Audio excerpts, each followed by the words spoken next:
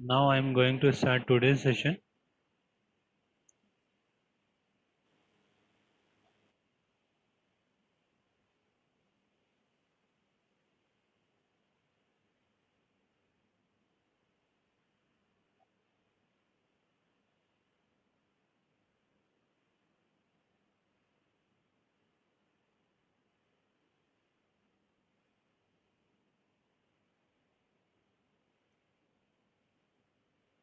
Brief एक बार थोड़ा सा रिवीजन कर लेते हैं. फर्स्ट स्टार्टिंग में मैंने आपको सारी टर्मिनोलॉजी क्लियर किया था. First one is thermal voltage which is kT by q, where k is a Boltzmann constant, q is a charge. Then again we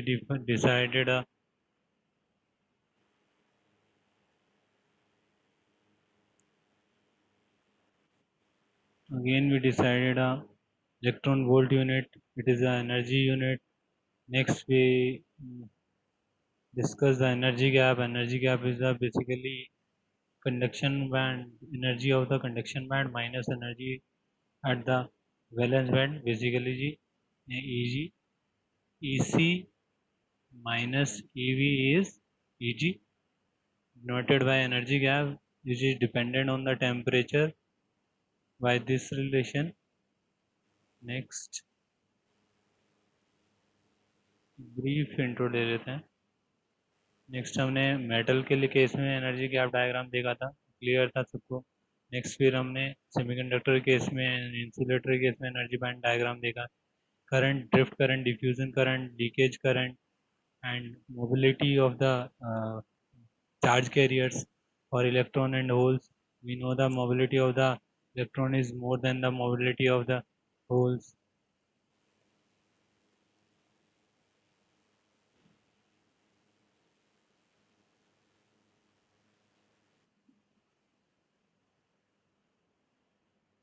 Next we discuss the temperature coefficient, positive temperature coefficient, negative temperature coefficient, conductivity. These are discussed in first lecture. Then in second lecture we have discussed about the current density. Current density, which is the current passing per unit area.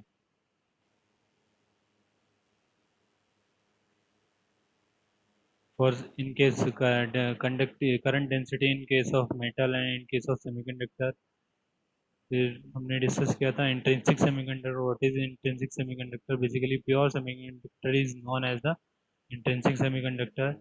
concentration of intrinsic electron with respect to the temperature, ये हमने एक relation देखा था. Next हमने मास action लो देखा है. मास action लो क्या था हमारे पास? मास एक्शन लो इज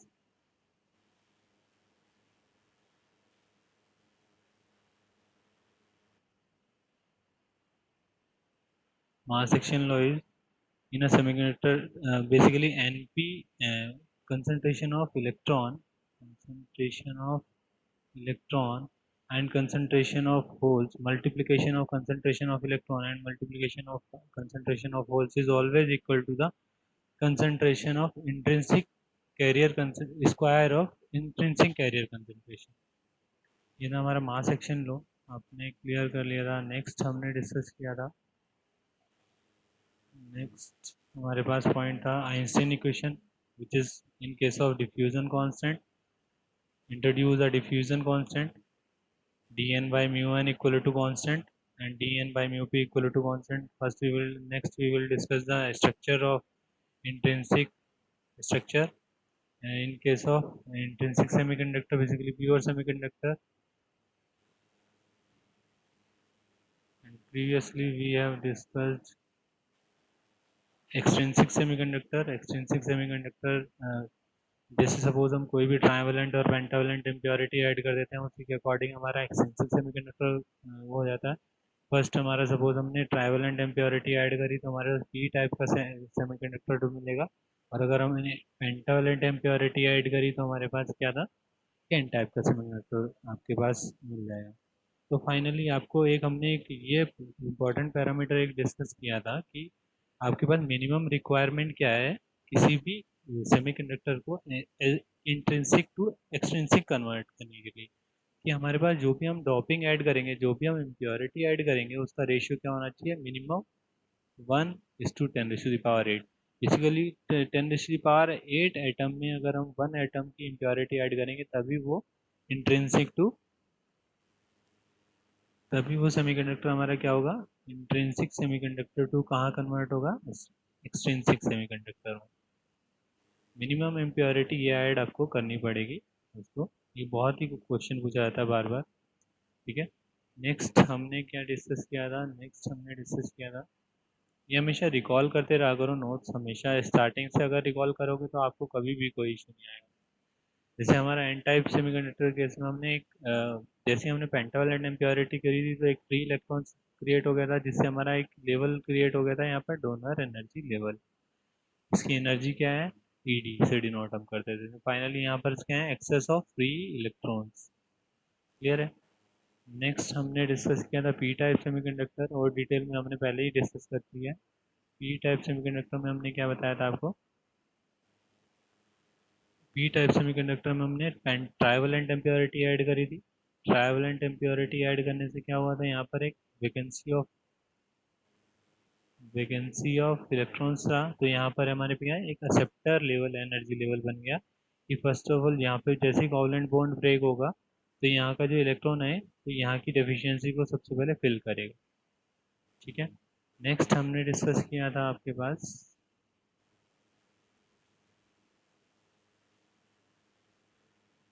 ये हमने क्लियर कर दिया था, मेजॉरिटी चार्ज कैरियर्स कहाँ पर होल रहते हैं, कहाँ पर इलेक्ट्रॉन्स.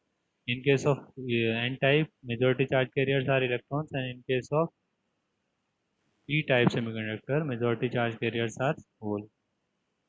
अब लास्ट हमने डिस्कस किया law of electrical neutrality. Law of electrical neutrality हमने बहुत ही अच्छे से एलेबोरेट किया था कि एन क्या होता है हमारा, N D plus P. Basically donor conduction band में कितने इलेक्ट्रॉन्स होंगे, टोटल कंसंट्रेशन ऑफ इलेक्ट्रॉन कितनी होगी, जितना आपके पास डोनर एनर्जी लेवल में कंसंट्रेशन है, प्लस जितने आपके पास होल्स अवेलेबल है, इतनी ओवरऑल क्या होगी आपके पास conduction concentration of electron, N D plus P. Similarly आप कंसंट्रेशन ऑफ, अगर पी टाइप के केस में आप कंसंट्रेशन ऑफ होल्स कैलकुलेट करते हैं तो वो किसके इक्वल होगा, एन ए प्लस एन. तो ओवरऑल हम जनरली हम क्या डिसाइड, एक रूल बना दिया हमने, N D plus P equal to N A plus N. जैसे ही हम एन टाइप की बात करते हैं, एन टाइप के केस में आपके पास डिस्टेंस इज 0, तो आपके पास नॉर्मली ये इक्वेशन आ जाएगी N equal to N D plus P. और सिमिलरली पी टाइप के केस में क्या होगा, आपके पास एक्सेप्टर आयन रहेंगे, डोनर कंसंट्रेशन नहीं रहेगी, तो दिस वन इज 0. तो आपके पास क्या फॉर्मूला बन गया, P equal to N A plus N. तो जनरली हम ये इक्वेशन याद कर लेते हैं. ठीक है. नेक्स्ट हम आज के लेक्चर पे स्विच होते हैं. Next is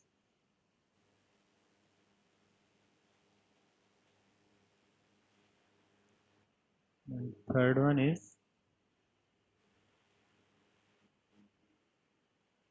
Fermi level. What is Fermi level, first हम डिस्कस करते हैं Fermi Dirac distribution function. Fermi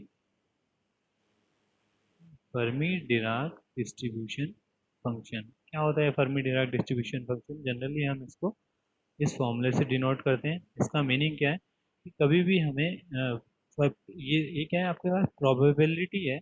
definition में क्या है, the Fermi Dirac distribution of electrons over a range of allowed energy level at thermal equilibrium.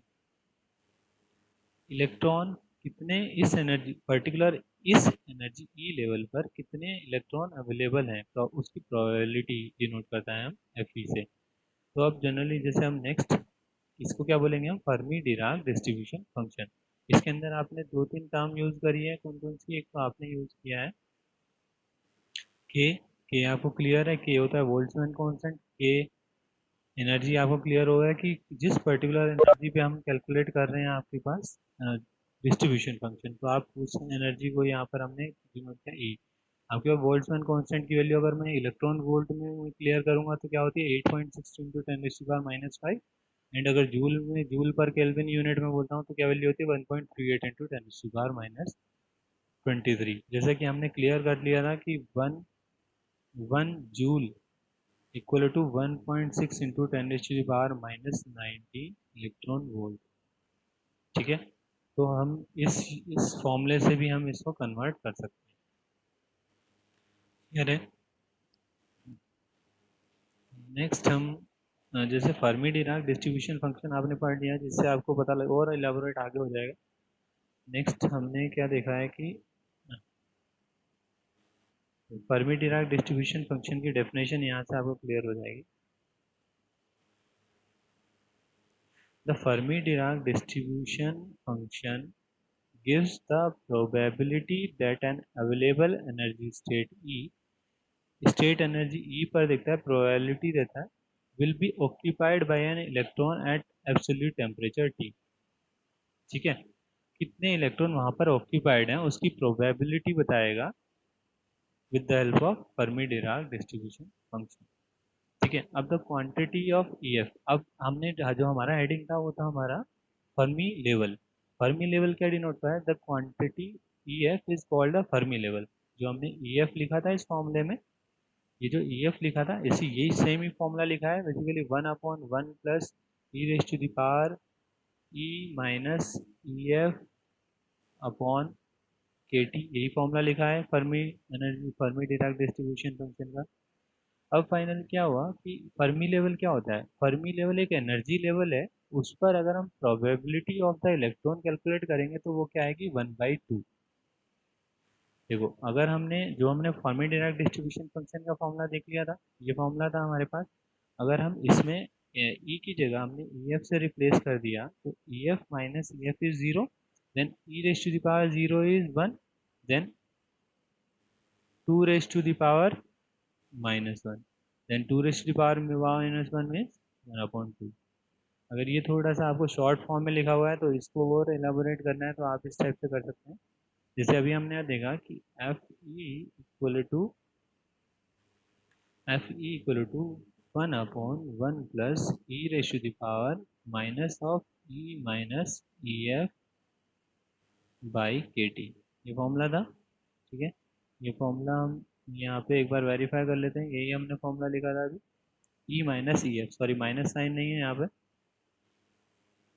ठीक है, तो ये हम माइनस साइन को हम यहाँ प्लस कर लेते हैं, ई माइनस EF। अगर हम Fermi Dirac function Fermi level पे इस डिस्ट्रीब्यूशन प्रोबेबिलिटी कैलकुलेट करेंगे तो हम क्या करेंगे? ई की जगह EF से रिप्लेस करेंगे, E replaces by EF, then F of EF equal to 1/1 plus E raise to the power EF minus EF divide by KT। EF minus EF is 0 and e raised to the power 0 is 1। किसी की भी power अगर हम zero करते हैं, ए रेश की power zero है, किसी की भी पावर 1 करते हैं तो जीरो करते हैं तो उसकी वैल्यू क्या होती है? 1। तो फाइनली क्या हो गया आपके पास? 1/1 plus this value is also 1, तो 1/2 is the probability at Fermi level. तो फर्मी लेवल की यहाँ से डेफिनेशन क्लियर कट बोल सकते हैं।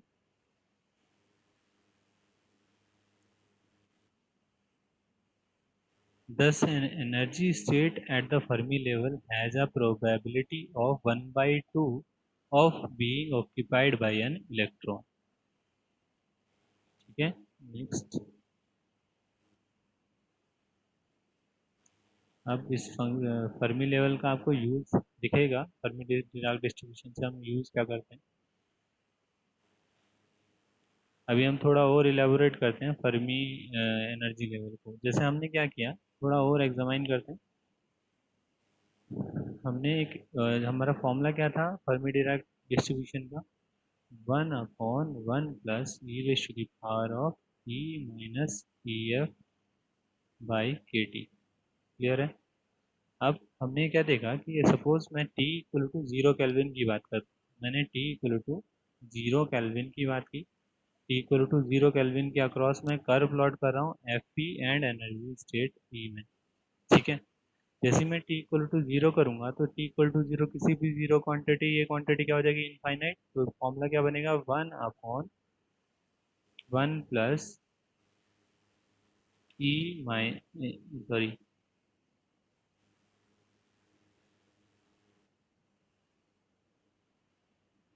ई E minus E F upon zero.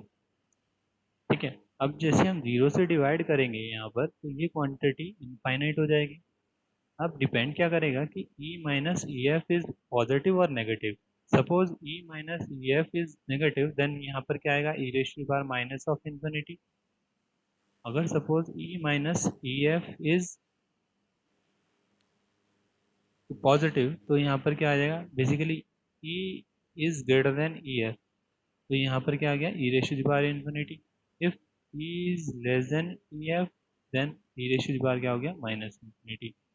तो जैसे हम इस पॉइंट पे नोट करेंगे, यहाँ पर ई की वैल्यू क्या है, ई is less then E F, और इस एरिया में ई की वैल्यू क्या है, ई is greater than E F. तो अब यहाँ से हम प्रोबेबिलिटी को कैलकुलेट कर लेंगे कि इस एरिया में प्रोबेबिलिटी क्या आ रही है, एफ ई क्या आ रहा है यहाँ पर इस एरिया के लिए, 1/1 plus e raised to the power minus of infinity, because e is less then E F. E is less then E F करेंगे तो नेगेटिव साइन आ जाएगा, माइनस। सिमिलरली इस एरिया की बात करते हैं, इस एरिया के केस में ये क्लियर है आपको कि क्या आ रहा है यहाँ पर, e is greater then of E F. तो अब फाइनली इस केस में प्रोबेबिलिटी क्या हो जाएगी, F equal to 1/1 plus e raise to the power infinity.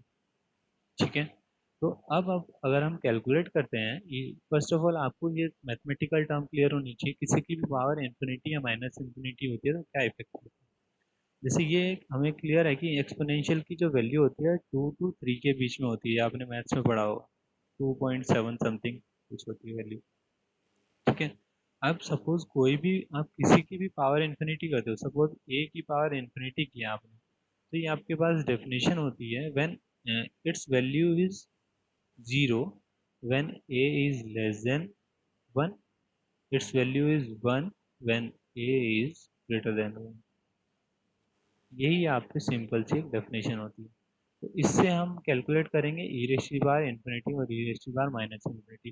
ये बहुत मैथमेटिकल का सिंपल सा कंसेप्ट है, A raise to the power infinity को एक्सप्लेन करने का। ठीक है, यहाँ देख सकते हैं आप, जैसे आपको क्लियर है कि ई की पावर, ई की वैल्यू क्या होती है, 2.7 अराउंड, बेसिकली इस कैटेगरी में आ गया।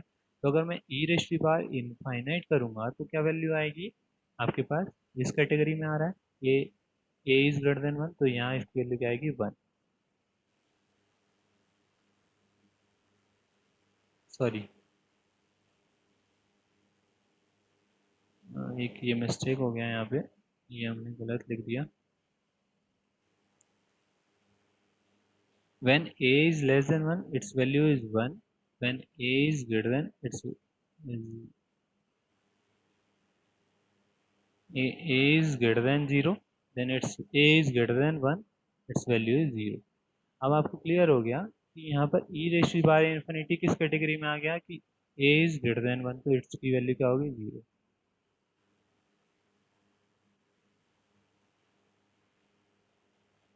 डेफिनेशन हम गलत पढ़ गए बार बार, सॉरी, मैं एक बार डेफिनेशन रिकॉल करके आपको बताता हूँ। A raise to the power infinity when A is less than 1 its value is 0, ये क्लियर है। When A raise to the power infinity A is greater than 1 its value is infinite. जैसे suppose मैं कह रहा हूँ 2 raise to the power infinite, 2 की multiply आपको infinite times करनी है तो उसकी वैल्यू क्या आएगी, इनफाइनाइट। तो ई की जो वैल्यू है वो किस रेंज में आ रही है आपके पास, इस रेंज में, तो इसकी वैल्यू क्या आएगी, इनफाइनाइट। और ई raise to the power minus infinite कर रहा हूँ तो इसका मतलब क्या हो गया, एक तरीके से हम इस टाइप से लिखते हैं 1/e raise to the power infinite with the help of mathematical expression. और 1/e की वैल्यू क्या होगी बेटा, लेस देन 1, तो इस कैटेगरी में आ गया, तो इसलिए हम कहते हैं e raise to the power minus infinite is 0। तो फाइनली अगर मैं इस एक्सप्रेशन में जाता हूँ तो e raise to the power infinite की वैल्यू क्या है मेरे पास, 0। तो मैंने क्या किया, 1/1 प्लस 0, तो एफ ई की वैल्यू क्या आ गई, 1। एंड इस केस में अगर मैं गया, ई की raise to the power infinite की वैल्यू क्या है आपके पास, 0। तो 1/1 प्लस इनफाइनाइट, तो 1/इनफाइनाइट मीन्स 0। तो इस केस में एफ ई की वैल्यू क्या आ गई आपके पास, 0। तो इसलिए हमने ये जो, अब मैं रफ कर रहा हूँ कंप्लीट, ये जो हमने डायग्राम बनाया है इसीलिए बनाया है कि ये जो हमने डायग्राम बनाया है यहाँ पर, इसलिए इस केस में यहाँ पर आप देखोगे कि when E is less then EF, when E is less than EF, its value is 1. Function's value is 1. When E is greater than EF, इसे रीजन में होगा वो, its value is 0. क्लियर है? तो इस टाइप से हमने एनर्जी और आपका फर्मी डिराक डिस्ट्रीब्यूशन फंक्शन और एनर्जी के बीच में ग्राफ प्लॉट के दिखाया एट 0 केल्विन पर।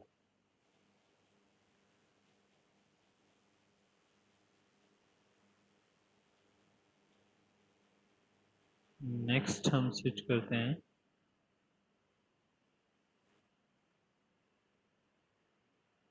ये आपको यहाँ पर एक्सप्लेनेशन लिखा हुआ भी है। With t equal to 0 is the denominator of the exponent F P is 1/1 plus 0, its value is 1, then again its value is 0। ठीक है, वो एक्सप्लेनेशन मैंने वो बता दिया आपको कैसे आया। ठीक है, नेक्स्ट हमने फर्मी डिराक डिस्ट्रीब्यूशन फंक्शन का यूज़ क्या किया। तो ये आपको हेडिंग लिखा है, electrons and hole concentration at equilibrium. कभी भी किसी की कंसंट्रेशन कैलकुलेट करने के लिए हमारे पास सिंपल मेथड है, क्योंकि आपके पास प्रोबेबिलिटी अवेलेबल है। अगर आपको उस रीजन की कंसंट्रेशन इक्वल कैलकुलेट है, पता है, नोन है, तो आप उसकी क्या है, कंसंट्रेशन ऑफ इलेक्ट्रॉन्स कैलकुलेट कर सकते हैं। यहाँ हेडिंग में टारगेट क्या है, concentration of electron and hole calculate करना है। ठीक है, तो डेफिनेशन से यहाँ से क्लियर है कि the Fermi Dirac distribution function can be use to calculate the concentration of electron and hole. ठीक है, in a semiconductor if the density of available state in the valence band and conduction band are known। अगर हमें density जो conduction band है और valence band की अगर हमें डेंसिटी नोन है, तो हम क्या कर सकते हैं, concentration of electron and holes को कैलकुलेट कर सकते हैं। हमें क्या, डेंसिटी जरूर पता होनी चाहिए। तो हम एक एग्जांपल ले लेते हैं। तो किस टाइप से हमने देखा, ये क्या हुआ, क्या यहाँ पर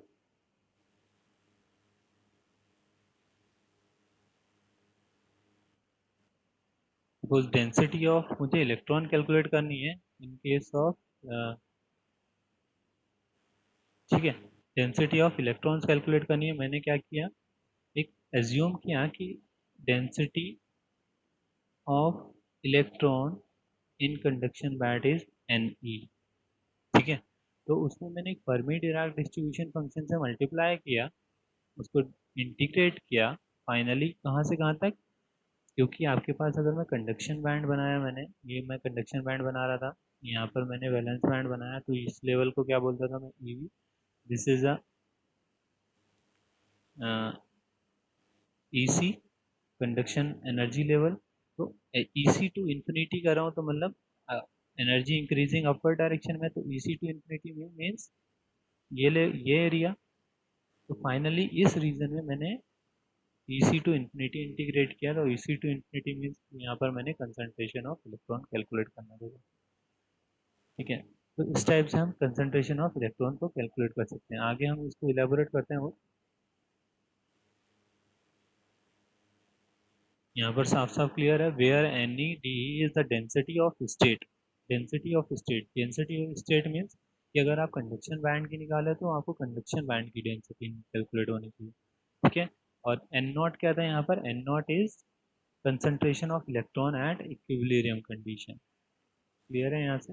अब फाइनली यहाँ पर देखो, ये पॉइंट आ गया कि आपको उस इंटीग्रेशन करने की रिक्वायरमेंट नहीं है।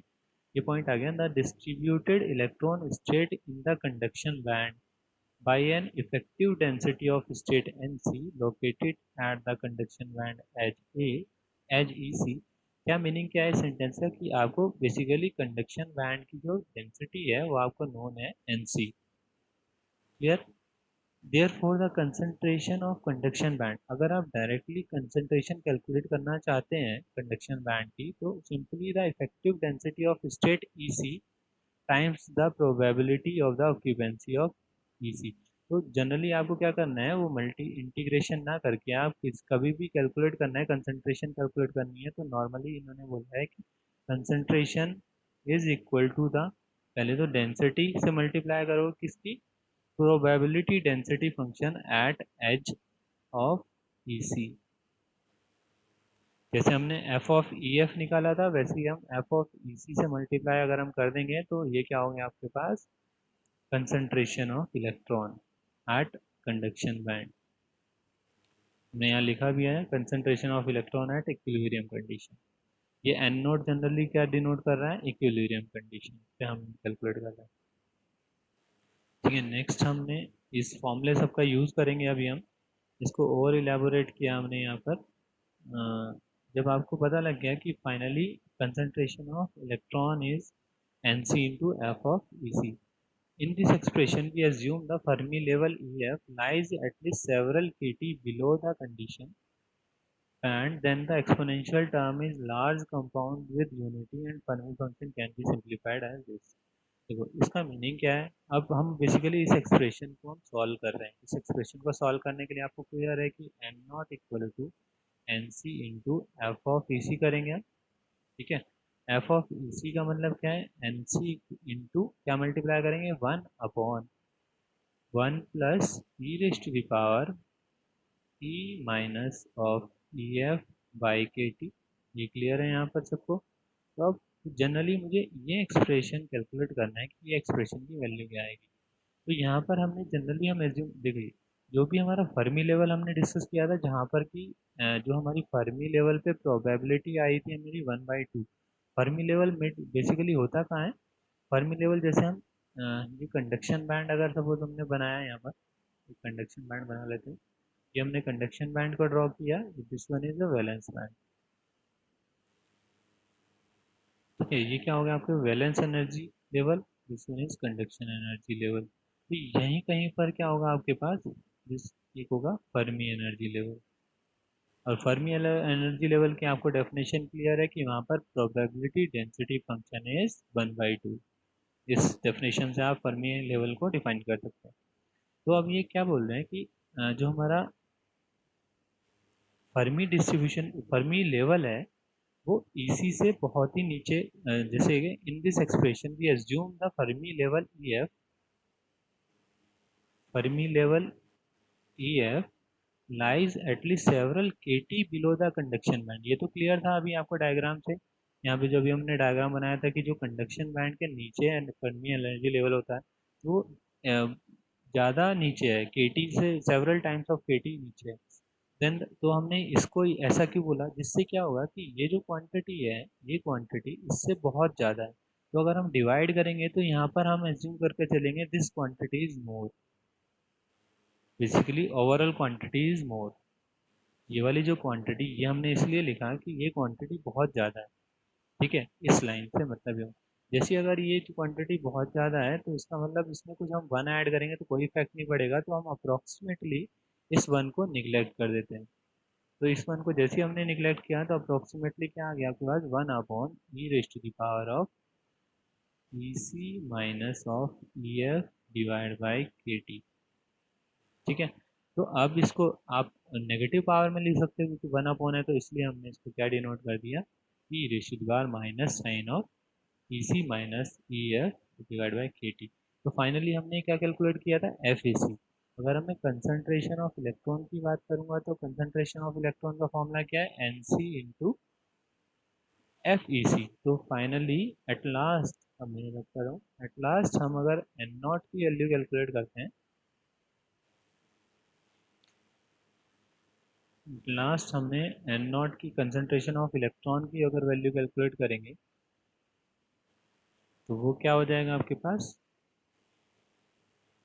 N C into F of E C. F of E C हम ये कैलकुलेट कर चुके हैं। ठीक है, अब यहाँ पर एन सी क्या होता है, एन सी को जनरली हमने बता ही दिया कि density at conduction level, conduction energy level, तो एन सी से डिनोट कर रहे हैं। तो एन सी का जनरली फॉर्मूला क्या होता है, एन सी का फॉर्मूला होता है 2 × 2 पाई एम एन स्टार के into T divide by H square. ठीक है, यहाँ पर सारी टर्म आपको क्लियर है। 2 पाई mn star is a basically effective mass of electron. ठीक है, इट्स वैल्यू इज 9.91 इंटू 10⁻⁻31। ठीक है, यूनिट आप चेक कर सकते हो ऑनलाइन, अभी आप वैल्यू देख सकते हो। Then k is a Boltzmann constant, ये हम वैल्यू पहले ही डिस्कस कर सकते हैं। T is a temperature in kelvin, room temperature की बात करते हैं तो 300 केल्विन हम ले सकते हैं। नेक्स्ट एच स्क्वायर की अगर हम देखें, H square is a Planck constant, it's value is 6.634 into 10⁻⁻34 में भी आप चेक कर सकते हैं इसको वैल्यू को। आप कॉन्स्टेंट्स हैं, ये प्लांक कांस्टेंट की वैल्यू चेक कर सकते हैं, जो भी वैल्यू आप यहाँ पे अपने नोट्स में लिख सकते हैं यहाँ पर। ठीक है, नेक्स्ट हम डिस्कस करते हैं, ये हमने क्या कैलकुलेट किया, concentration of electron with the help of Fermi Dirac function.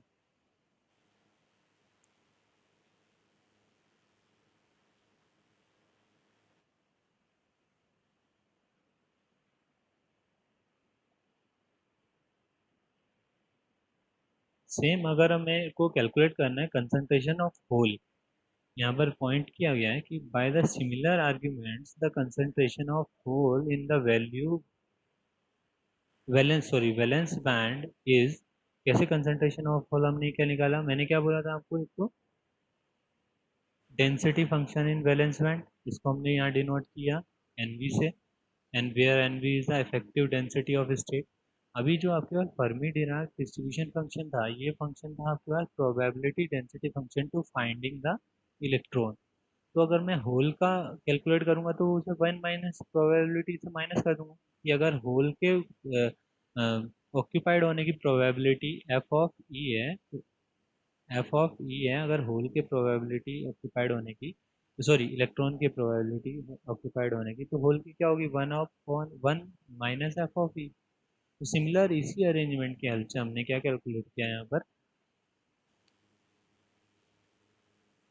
अगर मुझे कंसंट्रेशन ऑफ होल चाहिए तो density of valence, effective density of state in the valence band, जिस स्टेट में हम वैलेंस कंसंट्रेशन कैलकुलेट कर रहे हैं, डेंसिटी उसकी। Next the probability of the finding an empty state, तो उसको निकालने के लिए हमने क्या किया, 1 - एफ बी। आप प्रोबेबिलिटी आपने पढ़ी हो तो हम 1 माइनस करके हम सेकेंड अकरेंस की हम प्रोबेबिलिटी कैलकुलेट कर सकते हैं। तो इस फॉर्मूले को अगर हम नोटिस करते हैं, यहाँ पर जैसे हमने अभी नोटिस किया था, ये हमारा valence band, this one is conduction band, this one is EC and EV.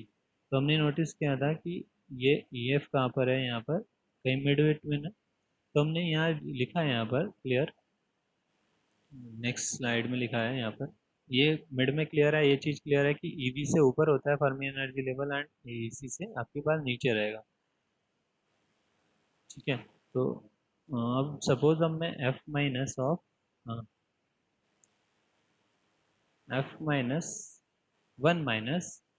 EV की बात करते हैं, 1 - एफ ऑफ ईवी की अगर हम बात करते हैं तो हमने फॉर्मूला लिख दिया, 1 - 1 अपॉन ईवी के केस में कैलकुलेट कर रहे हैं, तो यहाँ पर क्या होता है, ई-ऑफ-ई-एफ, सॉरी यहाँ पर ई एफ आएगा, फॉर्मूला में था ई-ऑफ-ई-एफ, आप नोट्स में चेंज करते रहिएगा।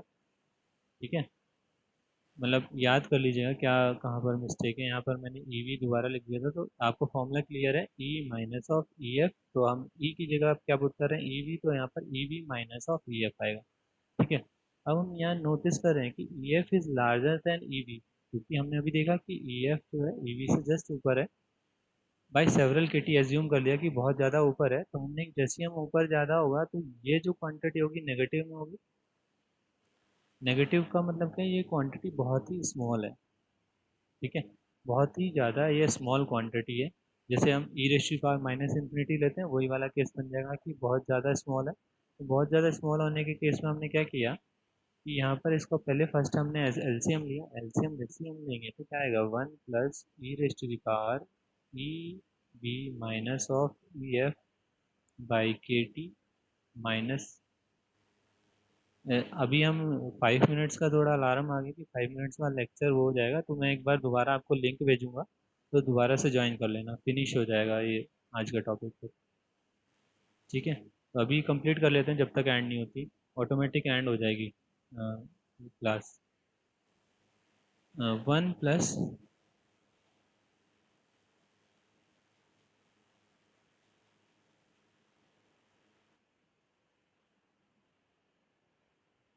1 plus e F e E V minus E F upon K T minus 1 upon LCM के लेके क्या आएगा 1 अपॉन e raise to the power इसका इसको सॉल्व कर रहे हैं हम।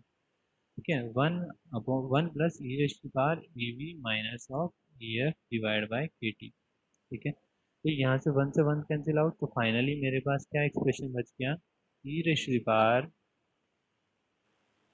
ई V minus of E F divide by K T upon 1 plus E raise to the power E V minus of E F by K T expression बन गया। अब ये एक्सप्रेशन फाइनली ये एक्सप्रेशन बन गया।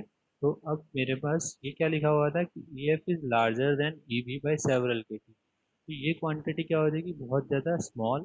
तो स्मॉल क्वांटिटी तो overall बहुत ज़्यादा स्मॉल ये क्वांटिटी हो जाएगी। तो कुछ भी बहुत स्मॉल क्वांटिटी अगर हम वन में ऐड करेंगे तो वो अप्रोक्सीमेट किसके इक्वल होगा वन के। तो जनरली हम इसको क्या लिख सकते हैं E raise to the power E V minus of E F upon K T. ठीक है ये लिख दिया।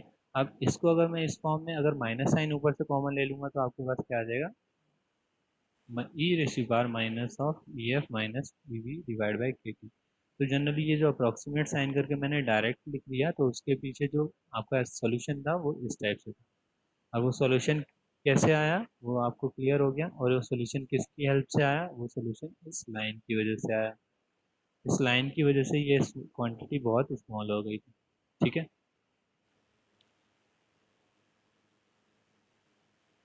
तो अब फाइनली अगर मैं concentration of electrons holes calculate करता हूँ तो कंसंट्रेशन ऑफ होल्स कैलकुलेट करने का आपको क्लियर फॉर्मूला मैंने अभी ऊपर लिखा था। क्या लिखा था आपके पास concentration of hole P not equal to N V into 1 minus of F of E V. 1 minus F of E V की वैल्यू मैं कैलकुलेट कर चुका हूँ this one is N V. Then calculate the value of concentration of holes. Similarly यहाँ पर भी आपके पास एन वी की वैल्यू क्या होगी एन वी की सेम फॉर्मूला है आपके पास 2 M P K T upon H square raise to the power 3/2। तो फाइनली एम पी क्या होगा यहाँ पर सिम बस डिफरेंस क्या है यहाँ पर एम पी और एम एन का। M P is the effective mass of hole. Clear है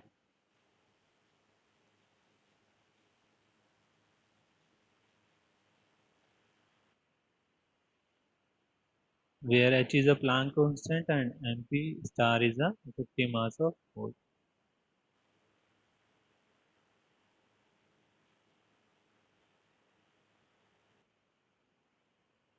अभी मैं स्टॉप शेयरिंग कर रहा हूँ। ठीक है तो मैं अभी लिंक भेज रहा हूँ आपको ईमेल आईडी पर फिर से आप ज्वाइन कीजिएगा।